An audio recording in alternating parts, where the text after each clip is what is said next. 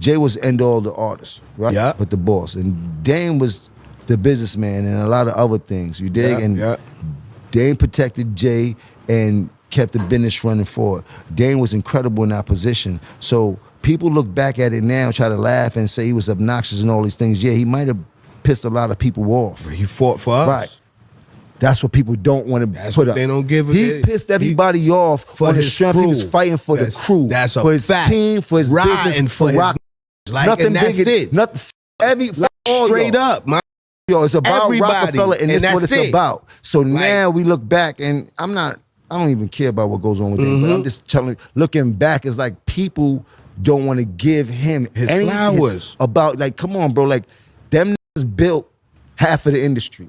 Dame do be wildin'. Dame do be wildin'. Super wild. He And I don't care definitely about be that, wildin'. because I don't care about what goes on. But they gotta give him It's about respect what he because was, that why he nigga was is a- wilding before. He's a was major, different. And it was a brilliant- different era where they Yes. wasn't giving us nothing. So No. if he didn't fight the way he we fought, would have got nothing. Jay-Z might be the billionaire face of Roc-a-fella, but Dame Dash was the one who kept the lights on when nobody else would. See, when Capo and Bleek sat down and started talking about the real story, they didn't talk about beef. They talked about how much money Dame Dash actually protected. They said it straight up. Without Dame, Jay-Z's billions might not have even existed the way they do today. He was the one fighting those label battles, pushing the business forward when everybody else was just focused on making hits. You can tell by the way Jim and Bleek were talking, there's a level of respect there that's only understood by people who've really been through it. They said Dame was the loud one, the emotional one, but that's what it took to survive in that era. You couldn't be soft and expect the industry to hand you a fair deal. The man was going to war for Roc-a-fella. Every deal, every artist, every single check. And half the industry right now was built by people who learned under that same system. That's how real his influence was. Now I'm about to play this clip for y'all. But before I do, I just need y'all to like, leave your thoughts down below in the comment section, and subscribe. Let's get into it. What if this went this way? And what if that went that way? You ever think about that? Like, what if we never had that tension? Because it was never nothing with us. Like, I never had an argument with you, Cam, Santana, nothing. It was business, and then the shit just went like this, and next thing I know, we beefing. Like, so I always think about, what if none of that happened? Where you think we would have took this shit, my G? What if none of that happened? Jay would have been up billions. Dame would have been up billions. Billions. Biggs would have been up billions. Bob's kids would have been up hundreds of millions. You understand what I'm saying? That's a fact, bro. Yeah, like everybody, that shit would have trickled there, because what I've seen during the time we was there and through the separation of it was amazing shit. It was it was no losses being taken in that building, and anything Roc-a-fella had did at the time was a slam dunk. Anything Jay said or didn't matter. If he made you put on a button-up shirt, drink some liquor, or the why, it was like this shit just was connected, and the way Dame was handling the other side as far as the business is concerned. Moving. So all right. So from what I've seen, that was two of the illest niggas I've seen, and this was a lot of things that me and Cam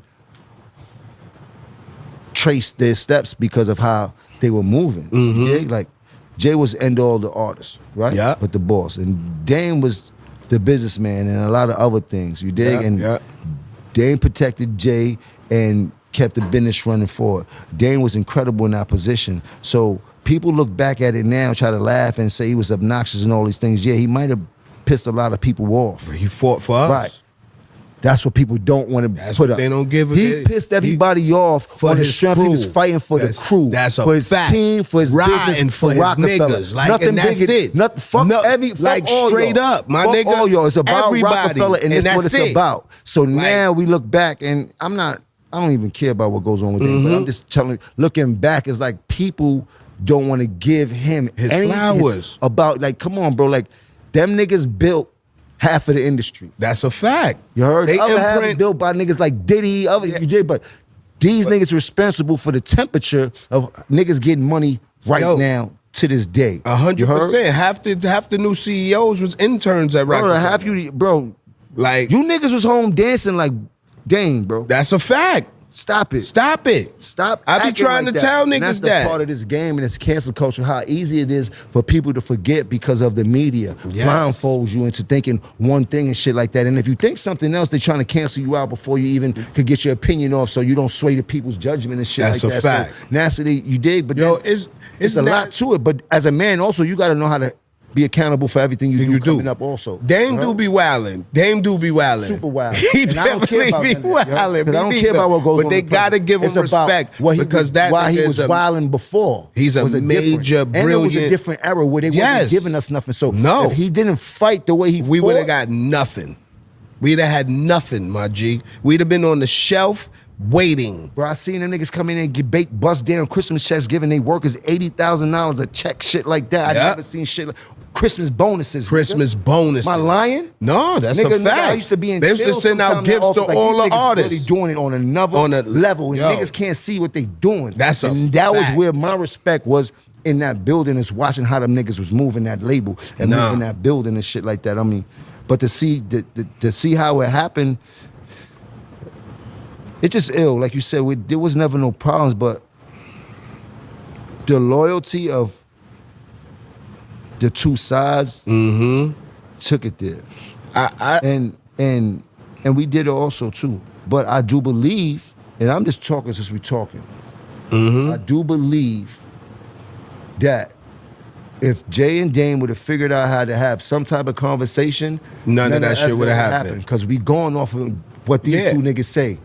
That's a heard? fact. You We ride going with from being in Dame, the yep. office together, where everybody talking shit together, to everybody in separate offices talking shit. Yeah. You heard? Now Dame is spewing what he's spewing. We don't know what Jay and them is spewing. Yeah. But I know on this side, It was what's going going down. on. Yes. And I know my position is to do whatever Cam is going to do. That's right. You heard? So you gotta I don't ride really with the care team. about Dame. I'm caring about what Cam going to do, and I got to protect him and everything. So now here we go. And that's what I felt like broke up the Rock. It was the divide. Because remember, it became Harlem and then it became Brooklyn. And It didn't have to be that way. didn't. No, because it was never no drive. It was just because them two didn't speak. The way everybody else took on the vibe of whatever they was around, and then the shit just grew. And I like that shit whack, man. But at the end of the day, everybody turned out successful. I mean, What if Dame Dash's biggest problem wasn't his attitude? It was that he was too early. Think about it. Everything Dame Dash was preaching in the early 2000s, independence, ownership, fighting for your masters, that's the blueprint for every artist today. Back then, people call him loud and arrogant. Today, that same energy is called visionary. He was doing what every modern mogul does now. He just didn't have social media to explain himself or spin the story. See, what Capo and Bleek were really saying in that clip wasn't just that Dame Dash protected Jay-Z's millions. It's that he protected the idea of hip-hop ownership before anybody was ready for it. He made people uncomfortable because he refused to play small. That's the part people forget when they only focus on the drama between him and Jay-Z. Dame Dash wasn't just arguing for ego. He was arguing for control, for power, for leverage. And honestly, you can see his impact in every label that came after. The way QC built their roster, the way TDE stood on artist rights, the way Dreamville runs like a tight family with business structure. That came from somewhere. Dame showed what that looked like at scale, with style, and with pressure from the biggest label in the game on his back. When Bleek said Dame was incredible in that position, that was deeper than just management talk. He was saying Dame was the shield. The dude was taking all the industry hits so the artists could focus on the music.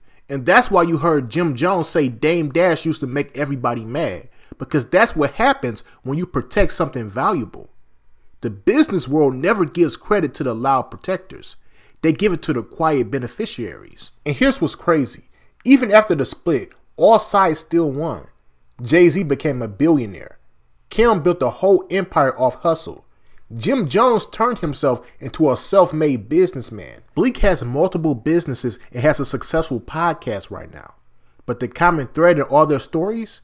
They all learned those lessons standing next to Dame Dash. That's why when you listen close, none of them ever fully discredit him.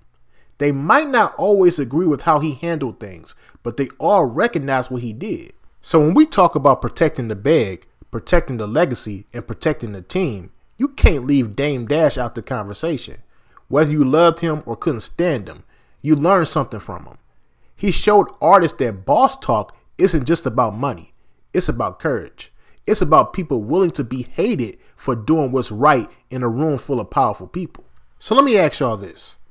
Do you think hip-hop finally caught up to Dame Dash's mindset? Or is the industry still scared of artists who think like bosses? And if you were in Jay-Z's position back then, would you have kept Dame Dash by your side or made that same split to protect your peace?